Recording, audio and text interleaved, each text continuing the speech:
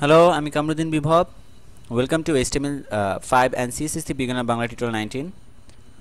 So আমি এর আগে টিউটোরিয়ালে আপনাদেরকে বলেছিলাম যে এই টিউটোরিয়ালে আমি আইডি সম্পর্কে দেখাবো, দেন আমি দেখাবো ডিভ অ্যান্ড স্প্যান ট্যাগের সম্পর্কে। ওকে, সো নোটপ্যাডে চলে যাই আমি। ওকে, দেখেন এর আগের টিউটোরিয়ালের কাজটি এখনও আছে। সো আমি একই জিনিসটিকে, হ্যাঁ, আমি আপনাদেরকে বলেছিলাম এর আগের শেষের দিকে যে ক্লাস অ্যান্ড আইডির কাজটি সেম। ID identify. সো আমি যখন অনেক কিছু থাকবে একসাথে, হেডার সাপোজ আরও আরও 3-4টা নেই, আমি ক্লাসগুলো সরিয়ে দিই।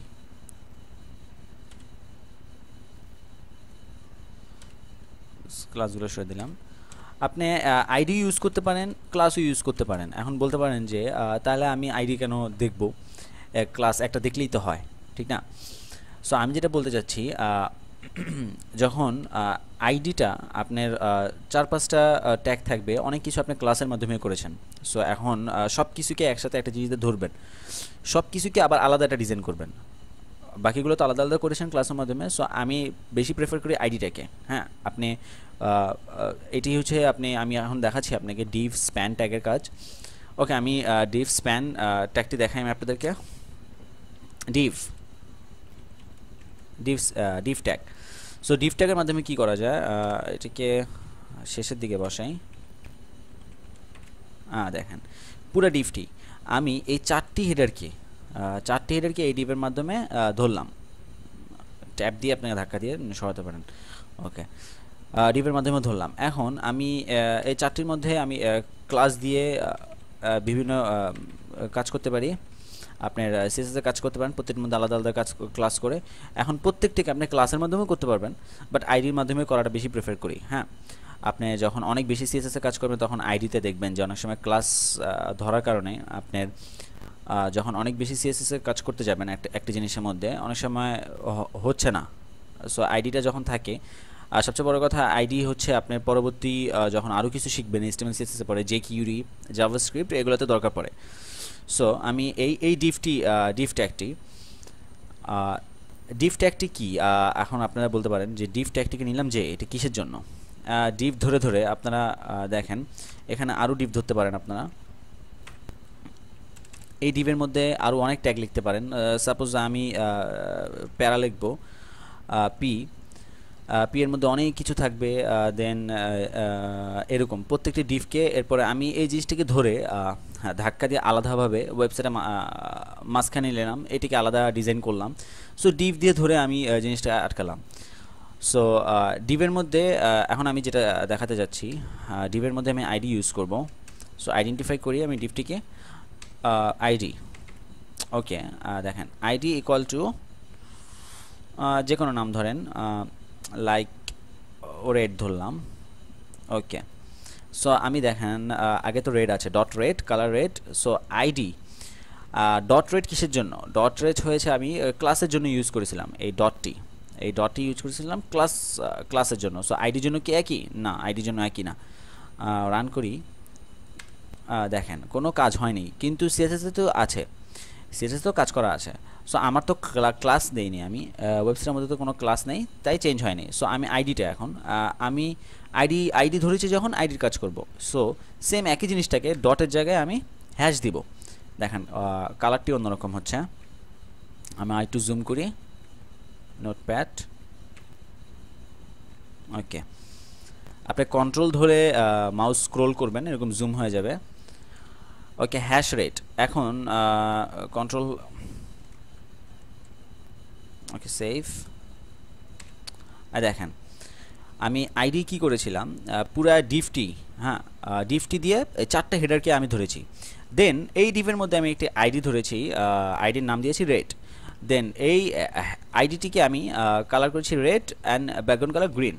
ওকে, আমি হ্যাশ FFF অর হোয়াইট, একই হেক্সাডেসিমেলে FFF বা হোয়াইট। সো আমি colour FF and background colour green.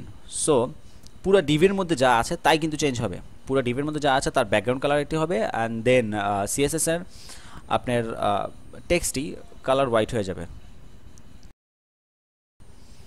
So ID equal to রেডের ব্যাকগ্রাউন্ডটি অ্যান্ড প্রত্যেকটি টেক্সটের কালার চেঞ্জ হলো। সো দেখেন আমি ওই যে হ্যাশ এফএফ দিয়েছিলাম।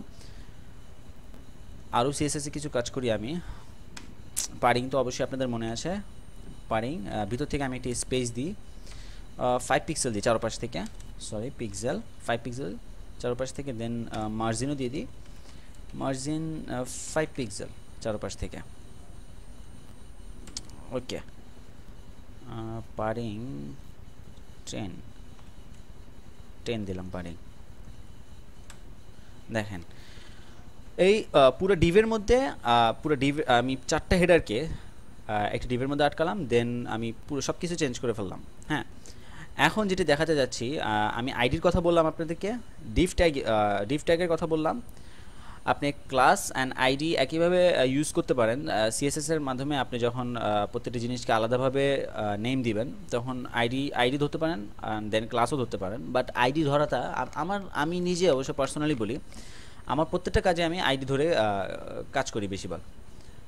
সো এখন আমি স্প্যান ট্যাগটিকে এখানে আমি বলেছিলাম যে আমি ডিভ স্প্যান অ্যান্ড আইডি সম্পর্কে ধারণা দিব। আইডি অ্যান্ড ডিভটি দেখালাম, স্প্যান ট্যাগটিকে দেখি আমি আপনাদেরকে। ধরেন আমি দিস ইজ হেডার 1, এই 1টিকে কালার করব, 2টিকে কালার করব। হ্যাঁ, শুধু 1টি কালার করব। এখন 1টিকে আপনি কি ট্যাগ দিয়ে ধরবেন? সাপোজ আপনি পি ট্যাগ দিয়ে ধরলে তো একটা প্যারা হয়ে যাইতেছে, বা H3 ট্যাগ দিয়ে ধরলেন। আপনি যে কোনো একটা ট্যাগ দিয়ে ধরে ওইখানে আপনি ক্লাস নাম দিবেন। আপনি চিন্তা করতে পারেন যে কোনো একটা ট্যাগ দিয়ে ধরে আমি একটা ক্লাস নাম দিই, নেম দিয়ে আমি style.css এ গিয়ে আমি CSS এ কাজ করি। কিন্তু আপনি যখন একটা যে ট্যাগ ধরবেন, সাপোজ P বা H3, এই 1টা তো আপনার ট্যাগের মধ্যে ইউজ হয়ে গেল। সো আমি স্প্যান ট্যাগটি যখন ধরবো, দেখেন